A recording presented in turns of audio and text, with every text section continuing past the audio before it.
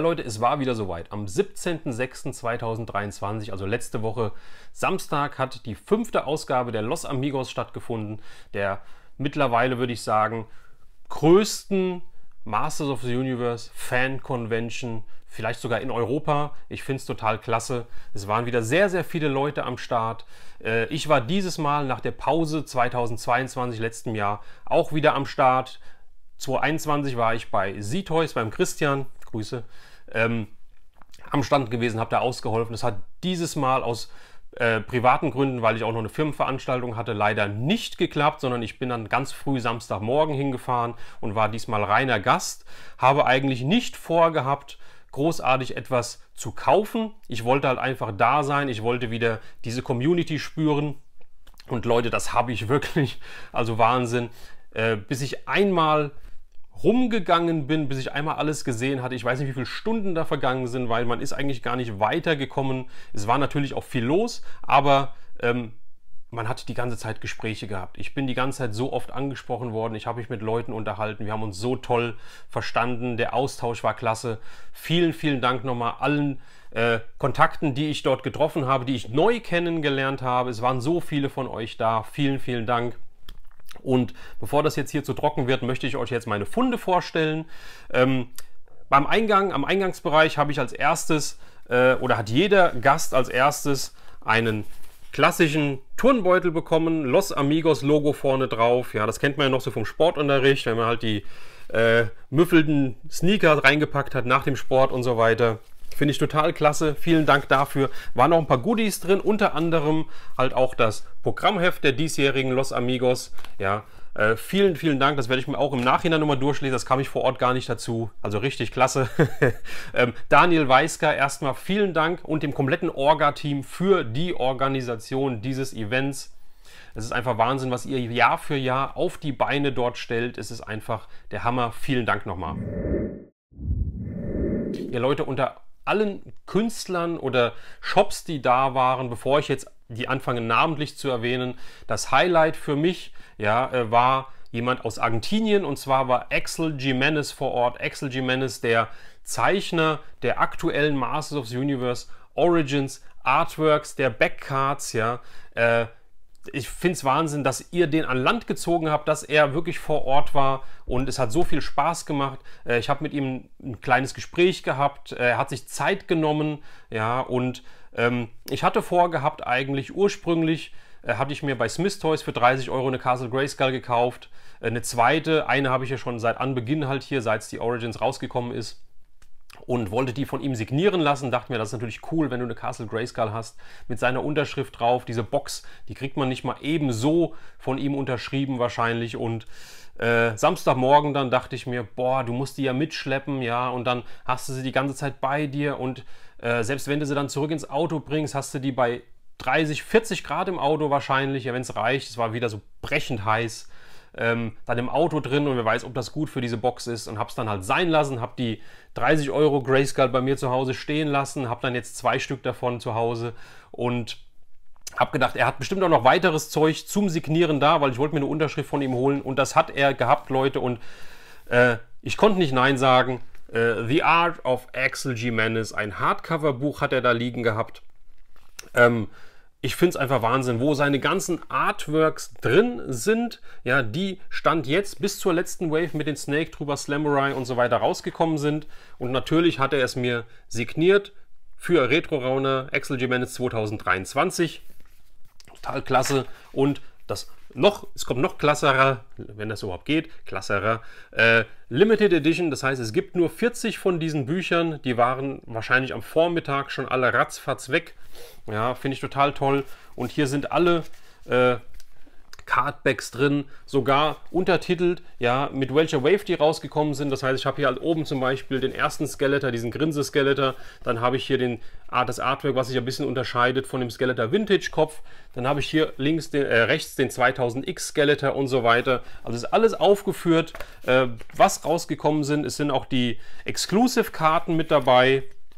Hier zum Beispiel der Fanvote Triclops oder Triclops, ja, und auch der Kamo-Khan zum Beispiel, wo ich die Karte aufklappen kann. Alles das ist hier in diesem Buch mit drin. Wie gesagt, es gab nur 40 Stück. Das Ganze war nicht günstig. Das Buch hat 50 € gekostet. Ja, die Unterschrift, die er reingegeben hat, hat nichts gekostet. Normalerweise kenne ich so von diesen Fanbörsen-Conventions, dass der Artist dann auch für die Unterschrift nochmal Geld haben möchte, teilweise. Das war ja nicht der Fall. Also das reine Buch hat 50 € gekostet, Unterschrift mit drin. Und dann habe ich doch zum einen, hat das auch noch im Buch mit drin gelegen. Das heißt, ich habe zum einen noch diesen schönen Hologrammprint hier von dem Castle Grayskull Box Art unterschrieben bekommen. Der war in dem Buch mit drin. Auch wieder für Retro-Rauner, hier schön mit Gold, mit dem Goldstift signiert. Und was soll ich sagen, zum Ende hin, das war relativ am Anfang, wo ich mir das geholt habe, und zum Ende hin bin ich dann nochmal rumgelaufen und da war ich beim Martin Refour. Martin, Grüße an dich. Auch kein unbeschriebenes Blatt, den kennt ihr wahrscheinlich schon länger, wie ihr mich kennt, ja, in der Szene. Er hat die größte Sammlung an Original-Movie-Props, also im Film verwendeten Produkten, nenne ich es mal, Kostümen, Waffen und so weiter, aus dem Masters of the Universe Realfilm von 1987 mit Dolph Lundgren. Und er hatte tatsächlich auch noch eine Origins da stehen, wollte er verkaufen, auch für 30 € wie bei Smith. Und ich habe gedacht, weißt du was, Leute, ich nehme sie mir einfach. Und dann habe ich jetzt die dritte Masters of the Universe Origins Castle Grayskull, aber diesmal die erste mit einem Axel Jimenez Autogramm drauf, mit Widmung für mich. Ich finde es total klasse, Leute. Ich bin so froh, dass ich das doch noch gemacht habe. Im Nachhinein hätte ich mich wahrscheinlich tierisch geärgert, dass ich halt nicht in Kauf genommen habe, die Origins-Box mit mir rumzuschleppen. Jetzt habe ich ihn in meiner Sammlung und da bin ich mir echt am Überlegen, ob ich mir ein Case für hole. Das Case ist schweineteuer, Leute. Das kostet irgendwie 60 oder 70 € von Sora für die Origins-Box, aber für die Grayskull-Box. Aber wenn nicht für den, wo lohnt sich dann, sage ich mal. Ja, also ich glaube, das ist ein No-Brainer, diese Investition werde ich tätigen. Was denkt ihr? Schreibt es mal in die Kommentare. So, im gleichen Raum, ich möchte jetzt kurz vorstellen, was ich noch so mitgenommen habe. Im gleichen Raum war dann halt Last-Action-Figuren sprechen und die haben wieder einen schönen, ich nenne es mal Comic, rausgebracht, um es einfacher zu machen. Von dem das Abenteuermagazin ist ja so eine Hommage an die alten Mattel-Werbehefte, die damals in den Geschäften ausgelegen haben. Und das Schöne ist hier wird eine Story erzählt mit den Origins-Figuren als Bilder dabei. Ja, das Heftchen hat 7 € gekostet, war für mich auch ein No-Brainer, finde ich. Ich finde es total toll. Ich finde es so klasse, was diese Community, was diese Fans sich untereinander selbst halt, was sie sich für Arbeit machen, um uns Fans eine Freude zu machen, um ja einfach Spaß zu haben, ja, diese Community am Leben zu erhalten und die Geschichten weiter zu erzählen. Ich finde es einfach so klasse und genau in diese Kerbe schlägt auch der Nino Arde. Nino, viele Grüße an dich, falls du das hier sehen solltest. Wir haben auch schon das ein oder andere Mal über Facebook Messenger geschrieben. Der Nino ist auch ein Zeichner, der viele, viele tolle Geschichten schon rausgebracht hat. Und im Vorfeld der Los Amigos haben wir geschrieben. Ich habe gesagt, hier, wenn du da bist, dann musst du mir dieses Mal halt auch was signieren. Und das hat er mit Freude getan, also richtig cool. Ja, und er hat mir das Heft, sein Heft, Wettlauf nach Marvios, unterschrieben. Und das ist auch nochmal eine kleine Besonderheit, denn die Story ist von Wilfried A. Harry. Und wem das nichts sagt, das ist ein Storyteller, also ein Artist von damals, der damals die Vintage Comics geschrieben hat tatsächlich. Und das hier ist einer davon, der nicht veröffentlicht wurde damals. Ja, so hat er es mir auch erzählt, der Nino. Und ja, er hat es jetzt in dieses Heft reingepackt, mit seinen Zeichnungen untermalt oder die Story untermalt seine Zeichnungen, kann man auch sagen, weil es ist wieder grandios hier. Und das Heft, wie gesagt, habe ich dann auch mitgenommen. Hier nochmal seine Signatur, wenn ihr das sehen könnt. Ja, auch wieder mit Widmung für mich, finde ich total klasse. Nino, nochmal vielen Dank. Dann war ich am Stand der Retrofabrik, Mustafa Frank. Auch Grüße an euch. Wir hatten auch einen kleinen, netten Plausch gehabt. Ja, habe mir halt erstmal so 2 Sticker bei euch mitgenommen. Und Leute, wie ihr ja wisst, das letzte Ehaber-Band der Masters of the Universe Comics ist vor kurzem erschienen, Band 7. Die letzten 3 Comics, also insgesamt 21, haben wir jetzt erlebt. Hat die Retrofabrik neu aufgelegt und es geht aber weiter. Sie haben ein Panel gehabt, das habe ich leider verpasst, aber im Nachhinein haben wir nochmal privat drüber gesprochen, mehr oder weniger, ja.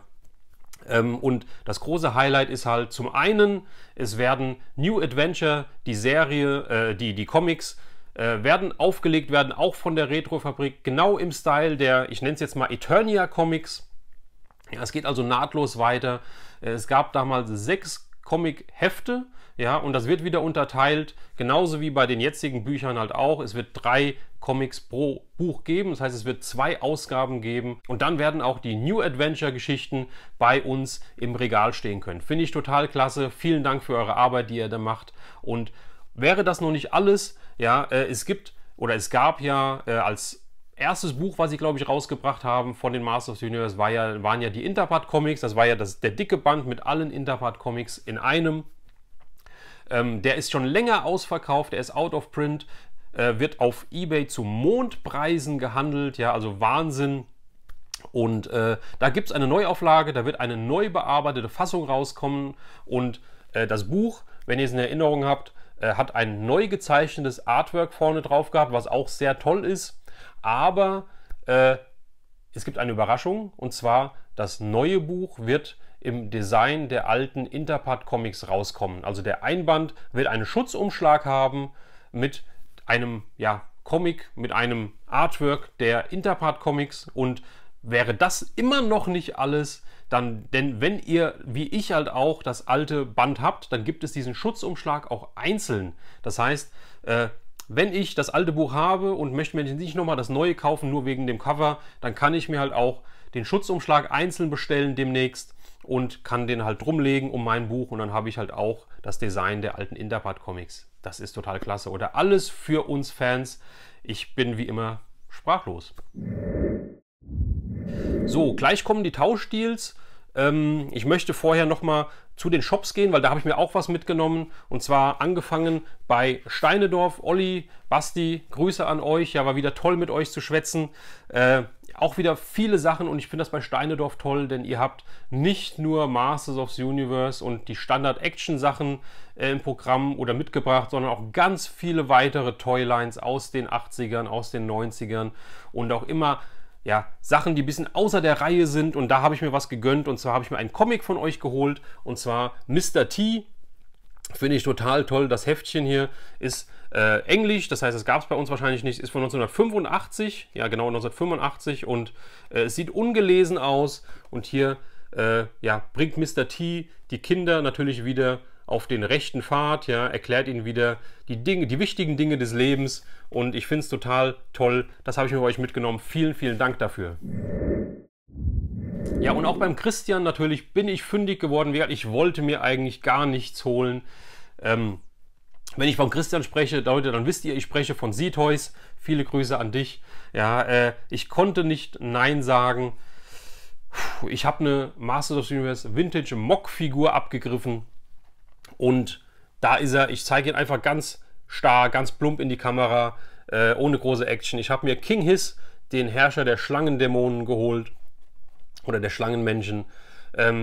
Ich finde es klasse. Die Figur ist 1985, die ist in einem 1A-Zustand. Die Karte ist top, keine Knicke, nicht ausgeblichen. Der Blister ist glasklar. Ja, die Figur hat keinen Abrieb an der Nase. Das passiert ja leider Gottes sehr oft, speziell bei King Hiss, auch in der Verpackung, weil der oftmals vorne an den Blister dotzt, wenn man ihn bewegt. Ja, hier nicht der Fall. Die Karte ist, wie gesagt, sehr, sehr gerade. Hinten, die Karte ist schneeweiß, hat keine Stockflecken, nichts drauf. Und ja, ich konnte nicht dran vorbeigehen. Ich habe mir einpacken lassen, ich habe mir mitgenommen. Christian, eine weitere Vintage-Mock-Figur für meine Sammlung. Wahnsinn, vielen, vielen Dank. So, dann kommen wir zu den Tauschdeals. Wie gesagt, ich habe sehr, sehr viele von euch getroffen. Ich habe mit sehr vielen von euch gesprochen. Das fand ich total klasse. Sehr viele neue Kontakte getroffen. Unter anderem habe ich den Heiko getroffen. Der Heiko hatte mir im Vorfeld, hatte meine Videos gesehen und hatte gesehen, dass ich auf dem Flohmarkt diese kleine Bully-Figur von Biker Mice mitgenommen hatte. Ja, ich habe gesagt, ja im Video schon, ich habe nicht so viel Verbindung dazu, ich fand sie cool, habe nicht so viel Verbindung dazu und wenn jemand was zum Tauschen hat, dann sehr gerne. Er hat mich angeschrieben, hat gesagt, hier, ich habe schon welche davon, die fehlt mir noch, können wir was tauschen? Ich machte, ja, natürlich, klar. Hat mir dann ein paar Videokassetten gezeigt, Fotos geschickt, die ich aber leider schon hatte oder mich nicht so wirklich interessiert haben. Und habe dann einfach gesagt, hier, ich bringe die Figur mit. Ja, und dann sprech mich einfach an, wenn du mich siehst auf der Convention. Und dann kriegen wir das schon über die Bühne. Gesagt, getan. Er hat mich angesprochen und er hat mir tatsächlich auch noch was mitgebracht, was mich dann auch sehr, sehr gefreut hat. Und zwar einmal eine Benjamin Blümchen-Kassette Nummer 25 auf Kreuzfahrt. Die alte Erstauflage noch mit diesem rot-gelben ja, Artwork, Sticker auf der Kassette. Und besonders gefreut haben mich dann halt hier noch zwei weitere Benjamin Blümchen Kassetten, allerdings von Sonochord, also nicht von Kiosk, sondern Sonochord Auflagen, die ich noch nicht in der Sammlung hatte. Das hat genau gepasst. Vielen lieben Dank dafür. Benjamin wird verhext und auf dem Bauernhof, das sind ja so Kassetten, die so mit einem roten Design ist, schwarze Kassetten mit rot und auf der Seite halt hier dieses Sonochord Logo drauf. Finde ich total klasse. Vielen Dank dafür. Dann habe ich den Thomas getroffen. Der Thomas guckt auch meine Videos schon länger. Wir schreiben auch ab und zu mal. Und er kam tatsächlich mit einem Kumpel an, der einen DeLorean gefahren hat. Ich habe es mir natürlich nicht nehmen lassen und bin mal kurz rausgegangen mit ihm. Habe mir den DeLorean angeguckt und Leute, meine Fresse, ist der niedrig. Ja, also Wahnsinn. Also da würde ich heutzutage gar nicht mehr rein, geschweige denn rauskommen, wahrscheinlich in meinem Alter. Leider war der Kumpel nicht dabei, so konnten wir das Auto nicht aufmachen, aber das hat schon vollkommen gereicht. Ja, wahnsinnige Eindrücke. Vielen Dank, Thomas, nochmal dafür. Und der Thomas hatte keinen Tauschstil, sondern er hatte mir was schenken wollen. Er hatte was mitgebracht. Vielen lieben Dank dafür. Und zwar eine Alf-Videokassette. Großer Mann, was nun? Von dieser Bildauflage in einer Pappbox. Finde ich sehr, sehr klasse. Hat mich super gefreut, Thomas. Vielen, vielen Dank dafür. Und natürlich waren auch die ganzen YouTuber am Start. Ja, also die Sabine vom Stamm der Sabinerinnen war da. Ja, hauptsächlich Turtles-Content auf dem Video, auf dem Kanal, aber auch teilweise ein bisschen andere Sachen. Ja, ist auch auf den Masters of the Universe Conventions zugegen. Eine super sympathische YouTuberin. Also schaut da mal rein. Genauso wie beim Gore-Minister, der da war, beim Petendo, der da war. Es waren so viele da, ja, die mit Sicherheit auch Videos zu Los Amigos rausbringen oder schon rausgebracht haben, wo ein bisschen auch die Stimmung eingefangen wird, wo ein bisschen ja, Bildmaterial gezeigt wird. Ich muss zu meiner Schande gestehen, wie ihr es vielleicht schon gemerkt habt, ich habe keine Fotos gemacht, Leute. Ich habe keine Videos gemacht, ich habe keine Fotos gemacht. Ich war so geflecht, ich war so nur on the road, so viele Gespräche gehabt, wie gesagt. Ich kam gar nicht dazu, das war komplett raus. Am Ende auf der Heimfahrt dachte ich mir, du hast kein einziges Foto, du hast kein einziges Video. Es war einfach so geil, ich habe überhaupt nicht dran gedacht. Ja, Wahnsinn. Also wie gesagt, schaut bei denen mal vorbei. Die werden mit Sicherheit auch den ein oder anderen Content bringen, wo ihr dann nochmal Eindrücke sammeln könnt. Aber es war auch der Stefan von Zodax Zeittresor da. Mit dem habe ich natürlich länger gesprochen. Den kennt ihr ja aus meinen Livestreams halt auch. Und was mich auch sehr gefreut hat, wer meinen letzten Livestream verfolgt hat, da waren ja der Dan und der Tim von The Collectors Bay da. Beide auch einen eigenen YouTube-Kanal, aber auch den The Collectors Bay Shop, die ja zusammen mit Rahmentoy arbeiten, und wir haben ja in meinem Livestream den Marshall etwas näher beleuchtet, den ich mir übrigens mittlerweile auch vorbestellt habe, also ich freue mich schon wahnsinnig darauf. Die waren da zum ersten Mal persönlich kennengelernt. Viele Grüße auch an euch beiden, ja, war richtig klasse. Leider viel zu kurz, wir haben uns dann irgendwie nachher nicht mehr gesehen, ja, wir haben am Anfang kurz gesprochen und dann war es irgendwie, dann wart ihr weg. Ja, ich war weg, ich weiß es nicht, ja, also nächstes Mal wieder sehr, sehr gerne. Und der Stefan hat mir was mitgebracht, beziehungsweise mit dem Stefan habe ich wieder einen Tauschstil gemacht, Zodax Zeittresor. Er guckt ja auch meine Videos und hatte dann auf dem letzten Flohmarkt-Video, meine ich, hatte er mich angeschrieben und hatte gesagt, hier, das Turtles-Comic, was du dir mitgenommen hast, die sammle ich, diese silbernen Bände. Ich habe fast alle davon. Wenige fehlen mir, das ist eins davon. Magst du das abgeben? Wollen wir tauschen? Und ich hatte ja im Video schon gesagt, dass ich nicht der größte Turtles-Fan bin. Ja, dass ich das Comic aber richtig cool fand und für den Preis konnte ich es nicht liegen lassen. Und habe gesagt, ja, kannst du haben, gerne, ich bring's mit. Und er hat mir dann ein Foto geschickt von etwas, was er zum Tausch anbieten würde. Ich war am Anfang nicht ganz so überzeugt, also ich fand es cool, aber ich war nicht so ganz so überzeugt, werde ich euch gleich zeigen, warum. Und er hat mir dann aber die Geschichte zu dieser Figur erzählt und dann konnte ich nicht anders, dann musste ich sie nehmen. Und Stefan, nochmal vielen, vielen Dank, dass du mir die anvertraust. Du hast gesagt, du möchtest, dass sie in gute Hände kommt. Du hast keine Verwendung mehr dafür und der wird bei mir in super Hände kommen. Der wird bei mir gehegt und gepflegt und gefüttert. Vielen Dank. Und zwar hast du mir mitgebracht den Eagle Sam, das Maskottchen der Olympischen Sommerspiele 1984 in Los Angeles. Du hast gesagt, der ist seit, ich weiß gar nicht, ob ich die Geschichte erzählen darf, aber der ist seit vielen, vielen Jahrzehnten bei dir im Familienbesitz. Und weil ich habe halt gesagt, oh, der ist ja hier oben ausgeblichen und die Fliege ausgeblichen und so weiter. Und dann hast du mir erzählt, was es mit dem Guten auf sich hat. Und dann habe ich gesagt, eigentlich, ich kann den gar nicht annehmen. Und dann sagtest du, ja doch, okay, soll in gute Hände kommen, hast keine Verwendung mehr. Und der kommt in gute Hände, vertrau mir da, verlass dich auf mich. Ja, das wird auf jeden Fall auch demnächst irgendwo hier im Hintergrund wahrscheinlich zu sehen sein, der Gute. Ja, also hat mich sehr, sehr gefreut. Vielen, vielen Dank für diese tolle Figur. Ja Leute, das soll es gewesen sein zu diesem Video, zu meinen Funden, zu meinen kurzen Eindrücken zu Los Amigos. Wenn ich hier irgendjemand vergessen haben sollte, oh, ich habe die Shops vergessen. Leute, ich bin immer noch ein bisschen geflasht. Ich habe ja Steinedorf und Z-Toys schon erwähnt, aber es waren natürlich noch viele weitere da. Es war der Kai, Time for Action Toys war da. Kai, Grüße an dich. Wir haben auch leider nur ganz kurz gesprochen. Es war irgendwie, der Tag war viel zu kurz. Andy Daniel, Strong Vision, genau dasselbe, leider nur viel zu viel, viel zu viel, ja, Andi, viel zu viel, nein, viel zu wenig Kontakt gehabt an dem Tag, es war so schade. Stefans Spielplatz war da, den Stefan habe ich zum ersten Mal auch live gesehen, super sympathischer Typ auch. Red Packs war da, die halt diese custom individuellen Acryl-Cases herstellen und so weiter. Also richtig klasse, es waren so viele da. Verzeiht mir, jeder, den ich nicht namentlich erwähnt habe, fühlt euch erwähnt, fühlt euch gedrückt. Ja. Es war wieder, wie gesagt, es war ich wollte jetzt gerade ein Wort sagen, was ich wahrscheinlich in dem Video nicht sagen darf, dann werde ich gesperrt. Es war so genial, Leute. Sorry für jeden, den ich nicht erwähnt habe. Und ich beende das Video jetzt in diesem Sinne, indem ich sage, wir sehen uns mit Sicherheit beim nächsten Video auf der nächsten Convention. Ich freue mich auf euch alle. Macht's gut, euer Retro Rauner.